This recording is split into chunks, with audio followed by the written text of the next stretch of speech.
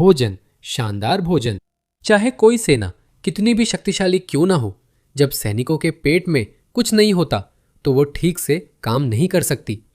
Ukraine ये जानता है और उसने रूस की सेना को भूखा मारने के लिए एक बेहद चतुर कदम उठाया है। अब बात सिर्फ हत्या या सैन्य ढांचे को नुकसान की नहीं रह गई। यूक्रेन ने रूस को इतना बड़ा झटका दिया कि पुतिन की युद्ध मशीन का पेट ही चीर कर रख दिया है। एक चीज जिसके बिना कोई भी सेना जिंदा नहीं रह सकती अब खतरे में है, और इसका असर सिर्फ रूस के सैनिकों पर ही नहीं बल्कि उस प्रायद्वीप पर भी महसूस किया जा रहा है जिसे 2014 से अवैध रूप से कब्जा किया गया है। हम आपको यूक्रेन के दक्षिण चेर्निहिव ले चलते हैं। पुतिन के आक्रमण के अधिकांश समय के दौरान चेर्निहिव रूस द्वारा कब्जा किए गए दक्षिण में बनाए गए मैदानी सेनाओं के 3 मुख्य ठिकानों में से एक रही है। ये बहुत महत्वपूर्ण है।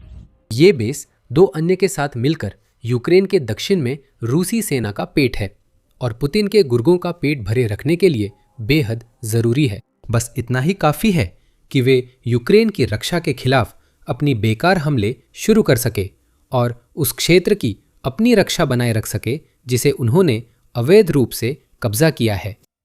चेर्निहिवका को यूक्रेन के पहुंच से दूर और रूसी मैदानी सेनाओं के लिए सुरक्षित ठिकाना माना जाता था, लेकिन यूक्रेन ने इन सब को पूरी तरह उलटकर रख दिया।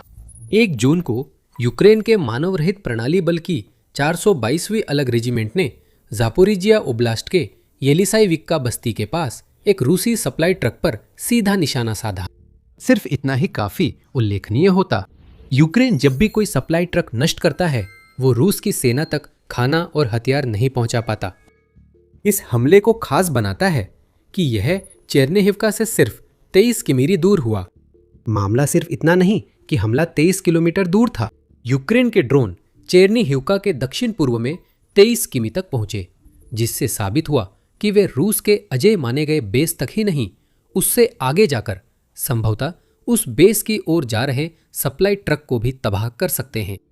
यूक्रेन ने जो अभी किया है वो सिर्फ एक अहम सड़क पर ट्रक पर हमला करने से कहीं आगे की बात है। यूक्रेन युद्ध विश्लेषक क्लेमेंते मोलन के अनुसार अब यूक्रेन रूसी ट्रकों पर सामरिक पोजीशन पर पहुंचते ही हमला कर रहा है। मोलन अपने एक्स पोस्ट में बताते हैं कि यह क्यों महत्वपूर्ण है। अब कुछ ही कस्बे बचे हैं जहां मोर्चे पर मौजूद 4 सेनाएं और उनके लॉजिस्टिक्स व कमांड पोस्ट टिके हैं। मुख्य क्षेत्र रेलवे के साथ है जो चेर्निहिवका, कामियांका और रोजिवका के पास है।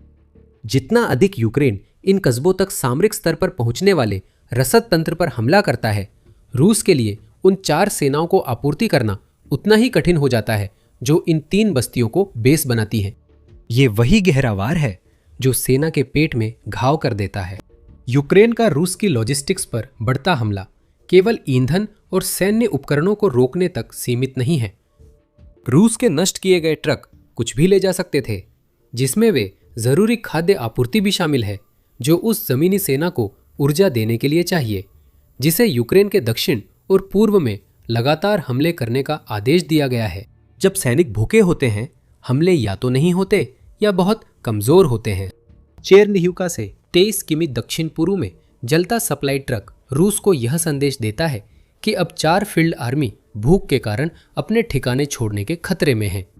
यहीं से रूस के लिए मामला गंभीर हो जाता है।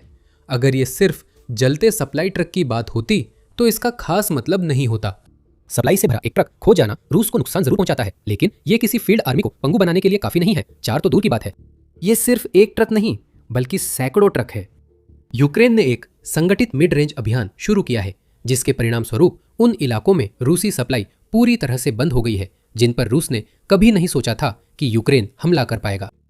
30 मई से 1 जून के बीच के 3 दिन इस अभियान में यूक्रेन को मिल रही जबरदस्त सफलता को दर्शाते हैं। 30 मई को रूस ने यूक्रेन के मिड रेंज स्ट्राइक ड्रोन के कारण 483 वाहन और फ्यूल टैंकर खो दिए। अगले दिन और भी ज्यादा नुकसान हुआ, 524 वाहन खो दिए गए। और 1 जून को यूक्रेन ने लगातार तीसरे दिन रूस के सप्लाई वाहनों को निशाना बनाते हुए 384 और वाहनों को तबाह कर दिया, जिससे 3 दिनों का औसत 463 रूसी ट्रक प्रतिदिन हो गया। अगर चेर्निहिवका में ट्रक इस बात का संकेत है कि यूक्रेन रूस की अपेक्षा से कहीं गहराई तक हमला कर सकता है, तो इन 3 दिनों में देखे गए हमलों की विशालता यह संकेत देती है कि यूक्रेन इतनी बड़ी मात्रा में मीडियम रेंज ड्रोन बना रहा है कि उनके पास रूस की दक्षिणी सेनाओं को रसद काटकर भूखों मार देने की क्षमता है। सच है, भूखे रूसी सैनिकों की कहानियां नई नहीं हैं। 2026 की शुरुआत में यूक्रेनी खुफिया एजेंसी ने खुलासा किया था कि कुछ रूसी सैनिक खाने के लिए इतने मजबूर हो गए हैं कि वे अपने मारे गए साथियों के शवों को खाकर पेट भरने की कोशिश कर रहे हैं। RFU न्यूज के अनुसार रूसी सैनिक खाने के लिए एक दूसरे पर गोली चला रहे हैं। डोनेट्स्क के लेमन फ्रंट की इंटरसेप्ट की गई बातचीत से पता चलता है कि यूक्रेन के पूर्वी हिस्से में रूस की लॉजिस्टिक्स पहले ही मुश्किल में है। पहले हमें दिन में 2 बार एक तो चॉकलेट मिलती थी, अब तीसरा दिन है जब हमने कुछ नहीं खाया और कल चौथा दिन होगा, एक सैनिक ने इंटरसेप्ट की गई रिकॉर्डिंग में कहा। लेकिन यूक्रेन दक्षिणी क्षेत्रों में कुछ अलग कर रहा है। इन सभी कहानियों में रूसी सैनिकों के ऐसे अलग थलग मामले शामिल हैं जो खाने के लिए इतने मजबूर हो जाते हैं कि पेट भरने के लिए किसी भी हद तक चले जाते हैं। हाँ, यूक्रेनी अभियानों ने जिनकी वजह से इन सैनिकों को आपूर्ति नहीं मिल पाई, इसमें भूमिका निभाई होगी, लेकिन यूक्रेन की तरफ से कोई संगठित प्रयास नहीं हो रहा था। अब ऐसा हो रहा है, एक पूरा अभियान रूस की पिछली रसद व्यवस्था को पंगु बनाने के लिए तैयार किया गया है और इसे यूक्रेन के रक्षा मंत्रालय द्वारा मई के अंत में शुरू की गई लॉजिस्टिक्स लॉकडाउन पहल जैसी समर्पित योजनाओं का समर्थन मिल रहा है। ड्रोन की नई पीढ़ी अब यूक्रेन को ज्यादा गहराई और ताकत से हमला करने में सक्षम बनाती है। उन ड्रोन को ध्यान में रखें, हम अभी थोड़ी देर में फिर से उन पर लौटेंगे। अब लौटते हैं उन 3 कस्बों पर जिनका मोलन ने जिक्र किया, चेरनिहिव्का, कमियांका और रोजिव्का। ये सिर्फ रूस की 4 फील्ड आर्मी के ठिकाने ही नहीं, बल्कि रसद अवरोध बिंदु भी हैं। हर दिन सैकड़ों ट्रकों में खाना व सामान इन कस्बों से गुजरता है। इन कस्बों तक ट्रेनें नहीं पहुंच सकती और वे यूक्रेन के ड्रोन हमलों का बड़ा निशाना बनेंगी। रूस अपने ट्रकों के लिए कितने भी वैकल्पिक रास्ते चुन ले, फिर भी रूस की दक्षिणी फील्ड आर्मियों तक खाना और सामान पहुंचाने के लिए इन 3 कस्बों से होकर जाना ही होगा। ये टालना संभव नहीं है। अब अभेद्य चीज पर हमला हो चुका है। यूक्रेन इन रसद अवरोध बिंदुओं से रूस की दक्षिणी सेनाओं को तबाह कर सकता है। यूरोमैदान प्रेस एक ऐसे भविष्य की कल्पना करता है जहां यूक्रेन उन 3 बस्तियों की ओर AI संचालित मध्यम दूरी के ड्रोन के झुंड भेजता है। वे ड्रोन इस तरह प्रोग्राम किए जाएंगे कि वे उन ट्रकों पर हमला करें जिन्हें वे देखेंगे, ठीक उन जगहों पर जहां रूस को उन ट्रकों की सबसे ज्यादा जरूरत है। इन वाहनों को चेरनिहिव्का, कामियांका, रोजिव्का में इकट्ठा होना है। रूस की सैन्य योजना से उसके पास विकल्प नहीं बचे। यूक्रेन ने दिखा दिया कि वह रूसी पिछली पंक्ति के इस हिस्से तक पहुंच सकता है। अब अगला कदम है एक अभियान चलाना ताकि ये लॉजिस्टिक केंद्र रूस की 4 दक्षिणी फील्ड आर्मी के लिए बेकार हो जाएं। यूक्रेन के पास इसे अंजाम देने के लिए ड्रोन भी है। 30 मई को BBC ने रिपोर्ट किया कि उसने पिछले हफ्ते के भीतर 14 घटनाओं की पुष्टि की है जिसमें यूक्रेनी ड्रोन ने रूस के उन वाहनों को तबाह किया जो भोजन, ईंधन और गोला बारूद लेकर रूस को कब्जे वाले क्रीमिया और दक्षिणी यूक्रेन के अन्य कब्जे वाले इलाकों से जोड़ने वाले महत्वपूर्ण रास्तों पर जा रहे थे। यह संख्या असलियत में जो हो रहा है उसकी तुलना में बहुत कम है, लेकिन इस रिपोर्ट को इतना दिलचस्प बनाने वाली बात यह है कि इनमें से कई घटनाओं में हॉर्नेट ड्रोन का इस्तेमाल किया गया था। ये $5000 का ड्रोन 5 किलो का वॉरहेड ले जाकर 200 किलोमीटर उड़ सकता है और AI से चलता है। इसे यूक्रेन के ड्रोन फुटेज की हजारों घंटों की रिकॉर्डिंग पर ट्रेन किया गया है, जिससे ये खुद तय करता है कि किसे निशाना बनाना है और हमलों में इंसानी दखल नहीं चाहिए। ये वही तरह के ड्रोन हैं जिन्हें यूक्रेन रूस की दक्षिणी फील्ड आर्मियों को भूखा रखने के लिए इस्तेमाल कर सकता है। यूक्रेन को बस इतना करना है कि इन ड्रोन को उन 3 बस्तियों के आसपास मंडराने के लिए भेजना है जिनका हमने इस वीडियो में जिक्र किया है। बाकी सब काम AI कर देता है। हॉर्नेट एक संभावित लक्ष्य को देखता है, ड्रोन के AI को ट्रेन करने के लिए इस्तेमाल किए गए हजारों घंटों की फुटेज के आधार पर उसकी पहचान करता है और फिर उस पर फोकस कर लेता है। और क्योंकि ये ड्रोन AI का इस्तेमाल करते हैं, ये रूस द्वारा पारंपरिक FPV और सैटेलाइट गाइडेड ड्रोन को बाधित करने के लिए अपनाई जाने वाली जैमिंग तकनीकों के खिलाफ भी काफी हद तक प्रतिरोधी हैं। आर्मी रिकॉग्निशन कहता है कि यह तकनीक सिर्फ एक तरह के ड्रोन तक सीमित नहीं है। पैलेंटिर का Prisma battlefield management system hornet की नींव है, जिसे यूक्रेन के मिड रेंज ड्रोन में AI टारगेटिंग के लिए इस्तेमाल किया जा सकता है ताकि वे रूस के पेट पर एक के बाद एक वार कर सकें। यही चीज पुतिन को डराती है। यूक्रेन 4 दक्षिणी फील्ड आर्मी की सप्लाई काटने की कोशिश कर रहा है। जो हम देख रहे हैं वो तो बस शुरुआत है। जैसे जैसे यूक्रेन अपने मिड रेंज स्ट्राइक अभियान को बढ़ाता जा रहा है, वह अपने और अधिक ड्रोन में एआई जोड़ रहा है। जो हम अभी हमले देख रहे हैं वे आगे चलकर एक सुनामी बन जाएंगे। सैकड़ों ट्रकों को तबाह किया जा रहा है और जैसे जैसे यूक्रेन अपने आसान गेम प्लान पर चलता है, ये संख्या हजारों में पहुंच जाएगी। लॉजिस्टिक्स टूटते ही खाना खत्म होगा। और रूस के लिए हालात और भी खराब करने वाली बात यह है कि यूक्रेन सिर्फ खाने के ट्रकों को ही निशाना नहीं बना सकता। यूक्रेन की मिड रेंज रणनीति से रूस के फ्यूल टैंकरों को नुकसान होता है, जिससे रूस को बड़ा झटका लगता है। कैसे? सामान ले जाने के लिए खाद्य आपूर्ति वाले ट्रक को क्या चाहिए? ईंधन। अगर उन्हीं सड़कों पर रूसी ईंधन जल रहा है जहां खाना भी तबाह हो रहा है, तो आपको भूखमरी का दोहरा झटका लग सकता है। जो ईंधन खत्म हो गया वो अब इस्तेमाल नहीं हो सकता, इसलिए यूक्रेन के दक्षिण के लिए खाना ले जा रहे सप्लाई ट्रक भी नहीं जा सकते। उन्हें मारे बिना ही पंगु बना दिया गया है। और अगर आपको शक है कि ऐसा हो सकता है तो बीबीसी बताता है कि आपको शक क्यों नहीं करना चाहिए। उन्होंने बताया कि क्रीमिया में भारी ईंधन की कमी के कारण पेट्रोल पंपों को प्रति वाहन 20 लीटर की सीमा लगानी पड़ी है। ये ईंधन क्रीमिया से फूड ट्रक को दक्षिण तक ले जाने के लिए काफी नहीं है। हर बार रूस जब डीजल या पेट्रोल के खेप क्रीमिया को यूक्रेन के कब्जे वाले दक्षिण से जोड़ने वाले रास्तों पर भेजता है, तो वो यूक्रेन के ड्रोन हमले को आमंत्रित करता है। क्रीमिया की बात करें तो वह प्रायद्वीप जिसे रूस ने 2014 में कब्जा कर लिया था, वह भी यूक्रेन के रूस के पेट पर किए गए वारों से नहीं बच पाया है। यूक्रेन की रूसी सेना को भूखा रखने की कोशिश से क्रीमिया में खाने की समस्याएं बढ़ रही हैं। इससे पहले कि हम आगे बढ़े, ये द मिलिट्री शो है जहां हम आपको सिर्फ सुर्खियां नहीं, पूरी तस्वीर दिखाते हैं। आज ही सब्सक्राइब करें ताकि आप यूक्रेन में रूस की सेना की असली हालत दिखाने वाले हमारे वीडियो मिस न करें। 9 जून को यूनाइटेड 24 मीडिया ने क्रीमिया के खाद्य बाजार की स्थिति पर रिपोर्ट जारी की। यूक्रेन के सेंटर फॉर काउंटरिंग डिसइंफॉर्मेशन ने दावा किया कि क्रीमिया की कई किराना दुकानों में अनाज, आटा, चीनी, पास्ता और नमक जैसी जरूरी चीजें खत्म हो रही हैं। केंद्र का कहना है कि कुछ रिटेल चेन एक व्यक्ति को बेचे जाने वाले सामान की मात्रा पर पाबंदियां लगा चुकी है, जिससे जनता में घबराहट बढ़ रही है। इसमें कहा गया है कि यूक्रेनी मिड रेंज हमले रूसी खाद्य ट्रकों को प्रायद्वीप पहुंचने से रोक रहे हैं, जिससे हालात खराब हैं।